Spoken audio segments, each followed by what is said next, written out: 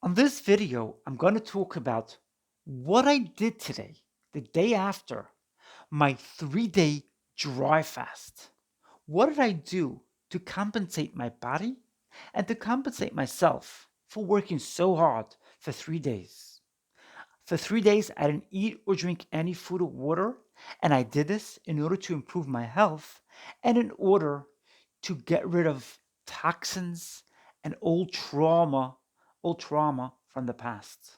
What did I do the day after?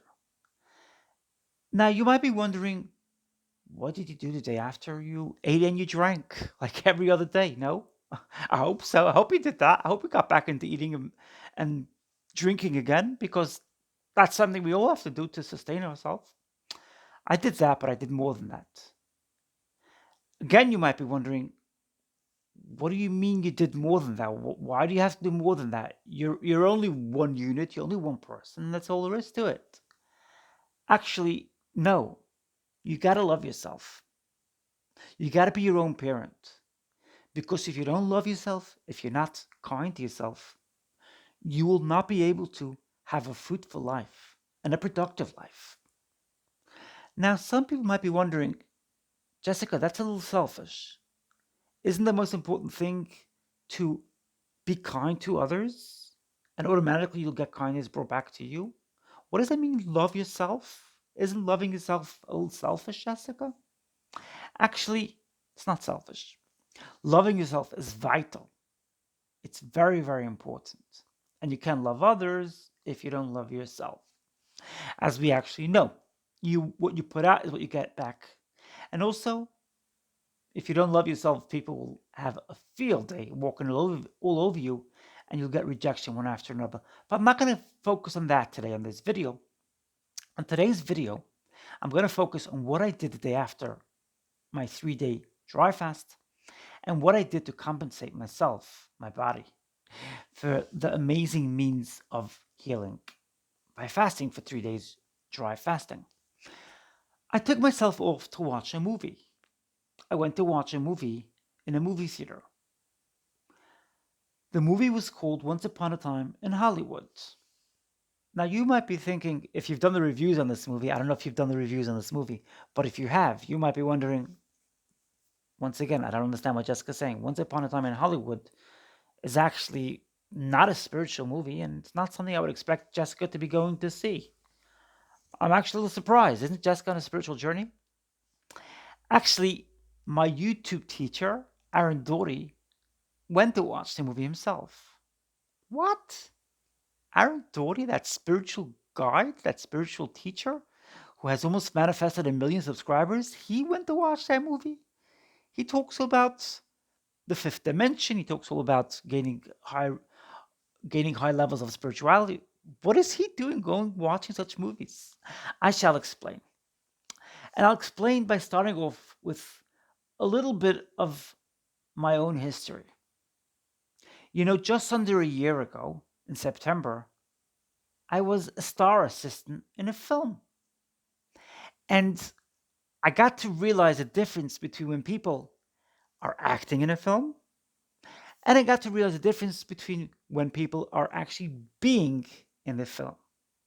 There's a massive difference between when a character is acting and when a character is actually in a state of being.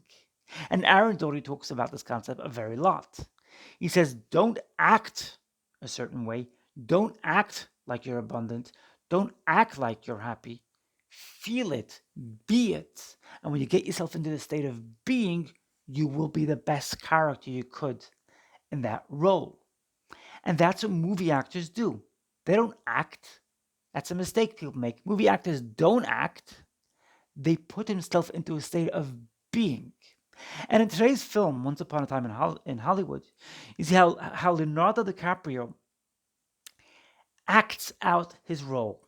And at one point, you see him quite upset because he was told that he's not getting the role, he's not getting the jobs he wanted to get. He wanted to go very, very high, and he was sort of put down a couple notches. And you see his state and frame of mind, which goes into a bit of a depressive state, because that was his state of being in the film. Later on in the film, you see how Leonardo DiCaprio engages with an 8-year-old girl, and she puts herself into a state of being, which she's able to do and adjust within a flash of a second at every given moment. Whether it was when he was sitting there reading his book, she was able to be very intrigued in the story he was reading, and she was deeply into it. Or it was when they were acting together and he threw her to the ground after threatening to kill her. And afterwards, he said to her, "Are you okay?" Now, you might be wondering, why did he ask if she's okay? That's part of the act. It wasn't the act. It wasn't originally planned for him to throw her on the ground. It was something he did because he got himself into that frame of being. And that little girl, it's not a little 8-year-old girl, said, "Don't worry, I'm absolutely fine. I have nice pads, which I built into my dress, onto the shoulders of my dress, into the sleeves of my dress, and they protected me when you threw me down. And that was brilliant what you did. It was brilliant how you acted in the moment." It's a fascinating watch. It's a fascinating film because although you might not see it spiritual right away, but it's a spiritual film because it's all about being in that state of being rather than being in that state of acting. And you see the pivotal moment actually is later on in the film when Leonardo DiCaprio has his home attacked by intruders, by burglars, and they shout out his lines of movies whilst they're standing with their guns. They shout out the lines of movies which he used many years before. And again, you see that when the neighbor calls him and she asks him if he wants to come up, and he puts on this whole act because it was an act. He put on the state of being, but whilst he was in that state of being, he had no problem going up to visit her, and she was all excited because this is Leonardo DiCaprio as her neighbor. Fascinating film, fascinating watch about that lesson of being in a state of being rather than acting. Now, I want to follow on and talk about the pedestal. I often talk about not putting people on a pedestal. And it absolutely connects and correlates to the concept of this movie. Like I said, I was an extra in a film. I was a star assistant in a film. And when I was a star assistant in a film, I absolutely got to realize that the characters who are acting, the star assistants who are acting, were in a state of acting. And usually when you're in a state of acting, they make you repeat and repeat and repeat, which is what we did sometimes 25 times over and over and over and over and over again. Yes, I did that. I woke up at 4 o'clock in the morning and the film wasn't over until 7 p.m. So you could kind of imagine the work that we put into it.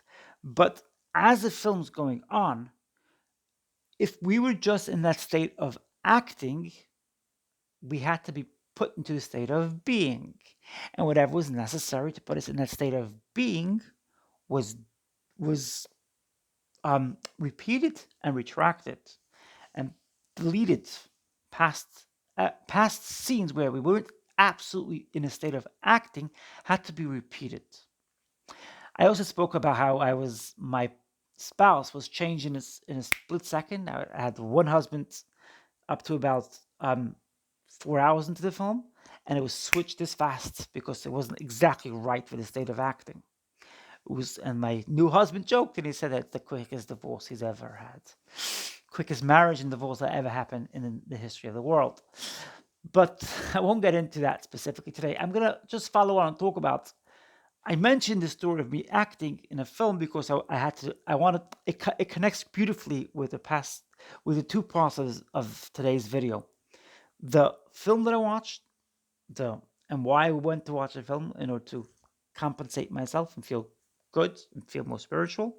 Got myself into a state of being. When you watch, you also get into yourself into a state of being.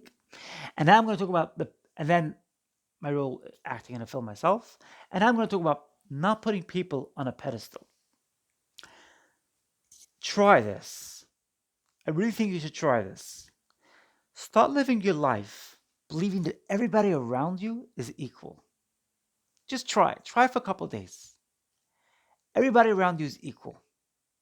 Nobody's better than you.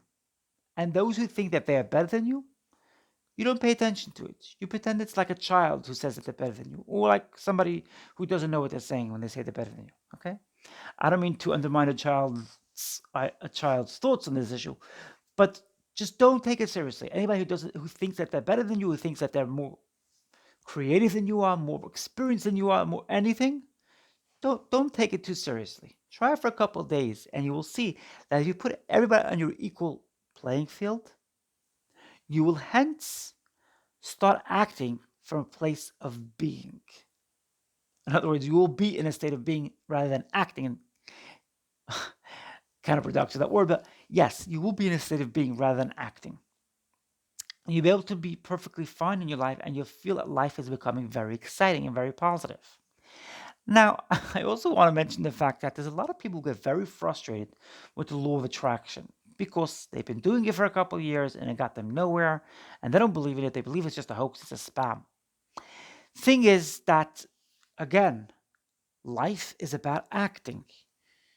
If you act out the law of attraction, you believe in it, and you repeat those mantras, you will start enjoying it. Don't actually look at the end results, because if you don't focus on the end results, you hence are in a state of being that you want to be. You are in a state of being which is not acting. Don't act. Be in that state of being. Pretend you're the multimillionaire. Try pretend it, and every single day you'll see you'll get better and better and better at it. Whether it happens in the end, that's not so important. What is important is to gain happiness, to attain happiness by achieving happiness. And you don't achieve happiness with money. You don't achieve happiness with, okay, you do achieve happiness with money, but it's not the pivotal peak of happiness, because you find people who have a lot of money are chasing more money and more money and more money, and they're frustrated when they only made $14 billion and not 28 billion, because life is not about what you have in the bank, it's about your happiness. And when you practice the law of attraction and you believe in the law of attraction ideas, you put yourself into a state of being, combined with not putting anybody in a pedestal. Everybody is in an equal playing field to you. You will see your life change drastically. That's my video today. If you enjoyed this video, press the like button. And if you have any comments whatsoever, please leave those comments in the comment section. I'm going to be putting out more very, very exciting videos about getting off the pedestal. I also plan on making a meditation about removing yourself from that pedestal. I love meditations, and I think I'm pretty good. I've done a podcast a couple of days ago, which I didn't put out, but I've done a podcast, and I was pretty impressed with my own ideas and my own means of helping people, which I really think I could, and I really think I am, by putting out these amazing videos. So I might put out a meditation in a future video. We will see. But there's a lot of other exciting videos, exciting material, which I'm going to be sharing with you in the next couple of days, weeks, and months, and years ahead. I'm excited because I have almost 500 videos which I already put out. And pretty soon you're going to see the number 2,000 videos, which I already shared with you guys and girls, my amazing viewers and subscribers. If you enjoyed the video, press the thumbs up.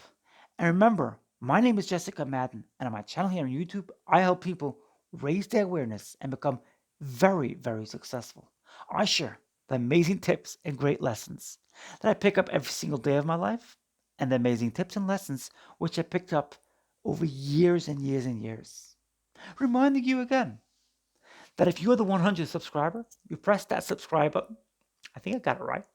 You press that subscribe button, and you're the 100th subscriber. You manifest your dream of being that 100th subscriber to this amazing channel. You will receive from me a free gift, and the shipping of that gift will be for free.